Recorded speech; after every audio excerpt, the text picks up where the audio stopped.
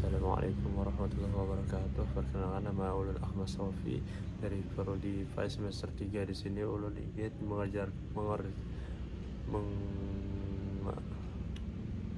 mengerjakan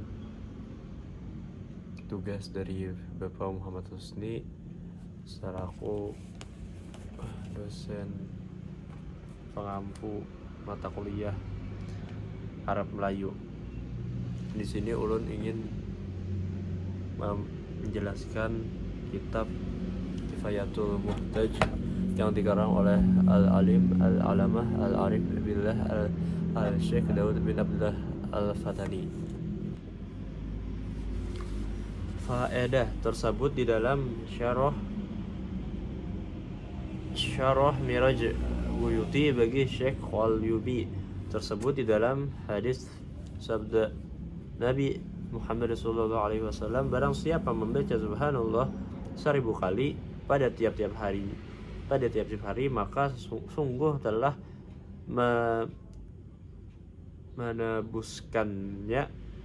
menebuskan dirinya daripada Allah, yakni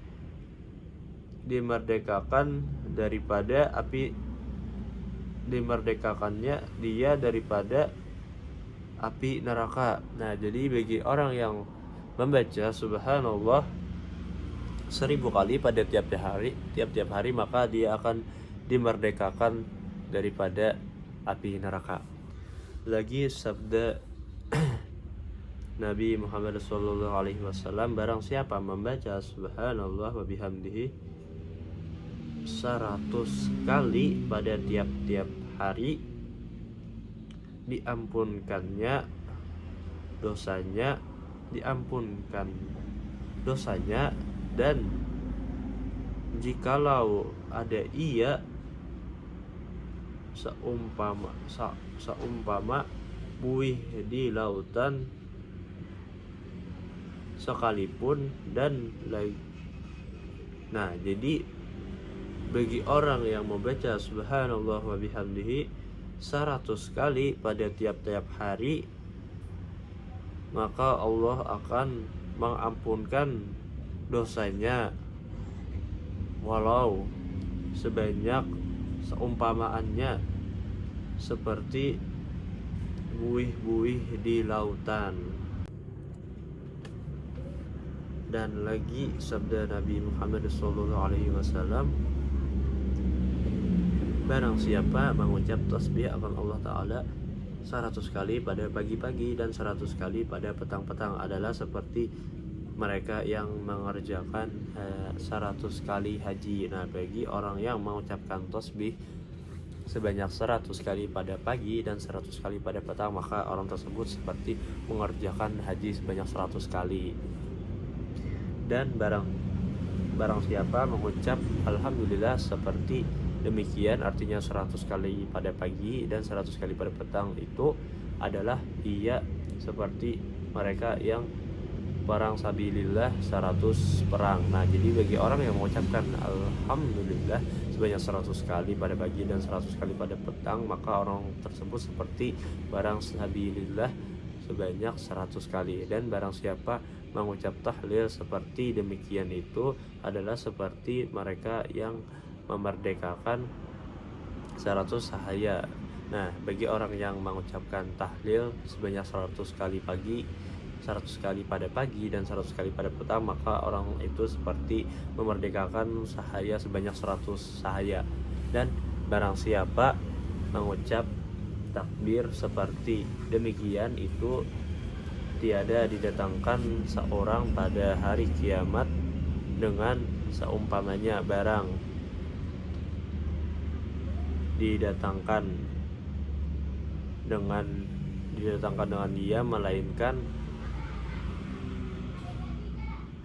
melainkan mereka yang mengucap seumpamanya atau lebih atasnya. Nah, jadi bagi orang yang mengucapkan takbir sebanyak demikian itu, maka pada hari kiamat, maka apa yang telah disebutkan atau diumpamakannya, maka itu barang akan menjadi lebih. Dan lagi sabda Nabi Muhammad SAW, barang siapa mengucap la ilaha illallah 70.000 kali, maka sungguhnya telah merebuskan dirinya daripada Allah. Maka nyatalah daripada beberapa hadis ini bahwa seyogianya atau seharusnya dikerjakan segala perkara yang tersebut itu. Nah, jadi sudah disampaikan oleh hadis Rasulullah SAW tadi beberapa perkara atau perihal yang yang seharusnya kita kerjakan, karena adalah hikayat atau kisah daripada seorang muda daripada ahlil kasyaf. Artinya pemuda ini seorang yang ahli kasyaf, mati ibunya, maka ia kerjakan panggilan bagi kematiannya dan dihimpunkan atau dikumpulkan beberapa manusia yang banyak, dan adalah pada mereka itu seorang syekh ali sufi. Maka tatkala berhimpun mereka itu, maka hasillah bagi orang mereka itu berubah warnanya dan berteriak dan menyesal. Nah, jadi ada seorang pemuda yang ahli kasyaf tetapi ibunya meninggal. Nah, lalu orang tersebut berteriak dan menyesal. Maka ditanya oleh orang yang hasil daripada demikian itu, maka katanya, aku lihat ibuku kesannya telah dibawa ke neraka dan ia disiksa di dalam neraka. Dan adalah Syekh Sufi itu mendengar itu akan perkataannya itu, dan adalah baginya zikir yang sudah disediakan bagi dirinya 70.000.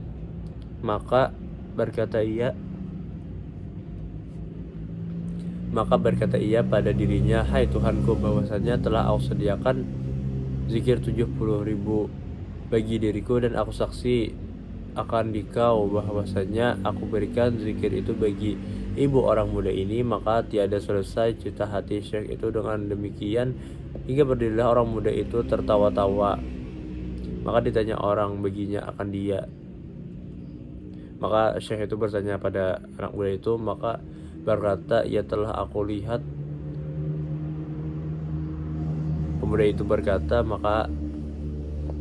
ia telah aku lihat ibuku itu dikeluarkan daripada api neraka, dibawa ke surga. Maka berkata Syekh itu, makasihlah bagiku daripada dua faedah, satu sahih kasyafnya orang muda itu, keduanya sahih hadis dari Nabi Muhammad SAW. Nah, jadi ada hikmah atau kesimpulan yang kita dapat kita tangkap gitu. Nah, jadi yang pertama itu kan ada dari kasyafnya seorang pemuda itu, faedahnya. Yang kedua dari hadis sahih Nabi Muhammad SAW.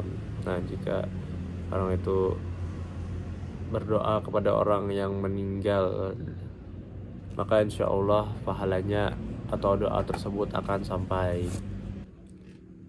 Faedah telah ijma atau kesepakatan para ulama, segala ulama, bahwasanya Isra dan Mi'raj itu adalah keduanya itu dengan dia ruh dan jasad.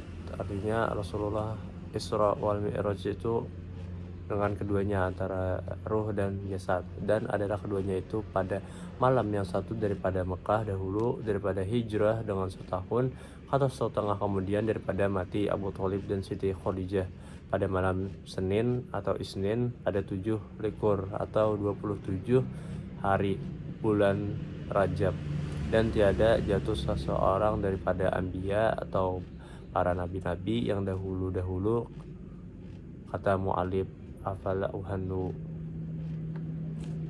antara Nabi Muhammad SAW pada Baitullah di dalam Hajar berguling di atas sambungnya yang kanan antara dua kaki bapamu dan anak bapamu, dan yaitu Hamzah dan Ja'far anak Abu Thalib. Tiba-tiba datang akan dia Jibril dan malaikat, dan satu malaikat maka menanggung mereka itu akan dia hingga didatangkan kepada Zam-Zam, maka menantakan mereka itu akan Nabi Muhammad SAW atas belakangnya. Nah, jadi bulan Isra wal Mi'raj ini terjadi pada tanggal 27 bulan Rajab. Nah, lalu datang Jibril dan Mikail dan satu malaikat, maka menanggung mereka itu akan dia hingga didatangkan kepada Zam-Zam, maka meletakkan mereka itu akan Nabi Muhammad SAW atas belakangnya, maka adalah yang memerintahkan segala perkara itu adalah Jibril, maka membelahkan dadanya daripada lebih hingga ke bawah perutnya. Kemudian maka berkata Jibril bagi Mikail bahwa olehmu dengan satu batil atau sisa air daripada air Zam-Zam supaya aku sucikan hatinya dan supaya luas dadanya. Kemudian maka dikeluarkan jantungnya dan dibelahnya, kemudian dibasuhnya akan dia 3 kali dengan 3 batil daripada air Zam-Zam dan keluarkan barang yang di dalamnya daripada darah yang hitam. Maka berkata ia, inilah bahagian syaitan, dan berulang-ulang Mikail kepada Jibril dengan 3 batil air Zam-Zam.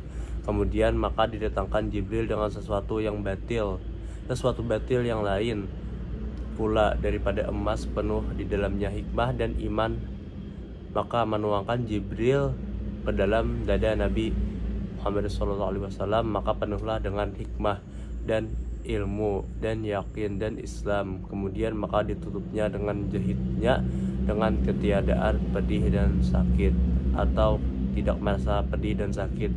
Kemudian maka dimantraikan antara dua belikatnya dengan khotamun nubuwah atau cap kenabian.